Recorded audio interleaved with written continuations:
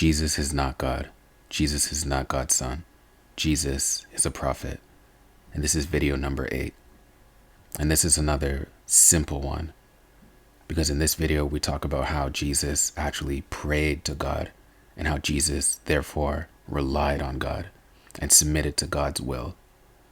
And that honestly tells us 3 important things. 1, that Jesus actually submits to God the Father. 2, God the Father has ultimate authority. And therefore 3, Jesus and God cannot be equal. So I'll give you a couple examples. In Matthew 26:39, he went a little farther and fell on his face being Jesus, and prayed, saying, "O my Father, if it is possible, let this cup pass from me. Nevertheless, not as I will, but as you will."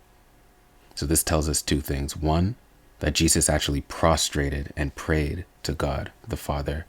And 2, he admits himself that it's not his will that will allow that to happen, but God's will, the Father, which shows that there is 1, a separation between the 2, but then 2, that God, the Father, has ultimate authority. So that's a very easy one for me. Luke 5:16. So he himself often withdrew into the wilderness and prayed, he again being Jesus. So this verse highlights Jesus' habit of retreat into solitary places for prayer, and that displays his commitment to worshiping God. Literally the entirety of John 17, known as the high priestly prayer, Jesus addresses God the Father and acknowledges him as the only true God.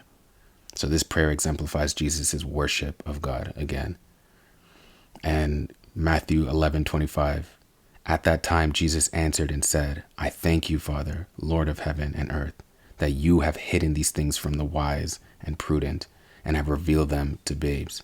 So this verse reveals Jesus' expressing gratitude to God the Father, again demonstrating his worship and acknowledgement of his superiority. And there's so many more. Matthew 4:10, away from me, Satan, for it is written, worship the Lord your God and serve him only. This is so clear how again Jesus is demonstrating a separateness from the 2 of them. Away from me, Satan, for it is written, worship the Lord your God and serve him only. He didn't say worship me, get away from me and worship me, your one God. Worship him, someone separate, someone distinct.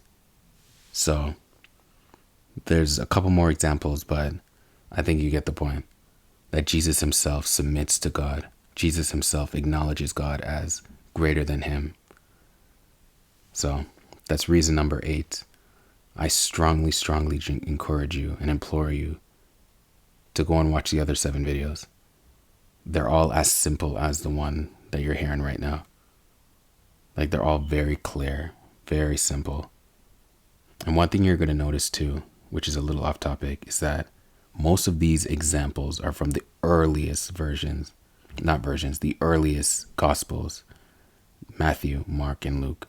These are the ones that were written the earliest compared to John and Revelations and all the other ones. Those ones came a little bit later. In fact, a couple generations after the first 3 that I mentioned. And you notice that in the first 3, these clear examples of the separateness of Jesus and God and the fact that Jesus submits to God, they're way more clear in these ones, but then things became a little bit more ambiguous in the later Gospels in John and Revelations, where you're going to hear things like Jesus said, I am, before Abraham, I am, or Jesus and me and God are one, or just things like that, that 1, aren't very clear, but then 2, contradict the language and the theology of the first 3. So just bear that in mind. But this example was just to show that Jesus prayed to God, submitted to God, and acknowledged God as superior to him.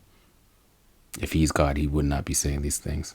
But maybe that's just me. Hope you enjoy.